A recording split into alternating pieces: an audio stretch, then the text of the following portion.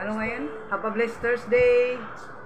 Mayong adlaw, maayong udto, maayong gabi, asa-asa man ta karon. Maulan dito. Namalingki ako, yun ang hirap pag maulan dahil maputik. Yan, hinugasan ko ang ano ko, ang tsinelas na pamalingki. Parang ano ba, yung parang yun ang ayaw ko sa pag rainy days dahil ang kalsada talagang grabe. Maputik, messy, kaya ganoon, parang nagano ako, parang nagtrabaho ako sa Basakan ba, Palayan. Namalingki ako ng chicken dahil for tomorrow, dahil tomorrow is Friday. Ayoko lumabas pag Friday dahil matao, tapos baka paulan-ulan kasi ngayon, mahirap na, tapos mamaya hindi makabili, maulan, so namili na ako habang tumigil ang ulan. Lang sa inyo ito para may ano tayo content mga labs, pagkasabihin niyo ay abang ko kaunti lang pinamili. Ito ang uulamin namin. Bumili ako ng papaya, saka 3 pirasong cucumber, tapos ano ba yun pala? Squash. Ano sa Tagalog ng squash? Mistikumra. Mo Tagalog? Kalabasa. 2 toilet paper, tapos si Maliha nag-order ng sabon niya, Nokia. Tapos bumili ako ng nasa sachet na ano, Dove shampoo. Tapos bumili ako ng powder milk, Diploma brand. Mas mura ito ng konti kaysa Nido. So, Diploma lang tayo. Masarap din ito. 100 taka ito. Tapos, bili ako ng half kilo of pulaw rice. Bukas mag-biryani ako. Oh, for biryani rice ito. Exclusive. Tapos, bumili ako ng Nescafe. 4 na piraso. Nasa sachet. Tapos bili ako ng half kilo of salt.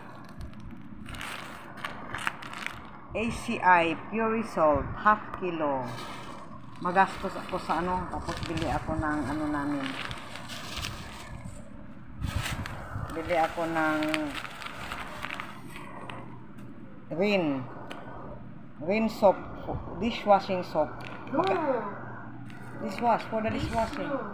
No, sorry. For clothes.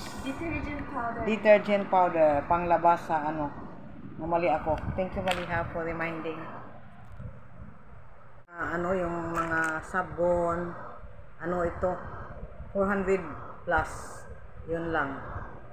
Sa chicken, 200 plus.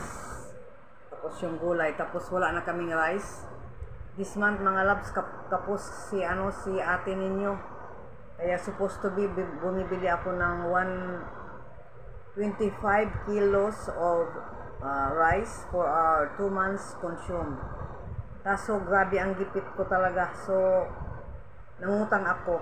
First time kong nangutang. Matagal dati, mga 2 years ago, nangutang ako. Kaso sabi ko, mahirap mangutang dahil masakit sa ulo.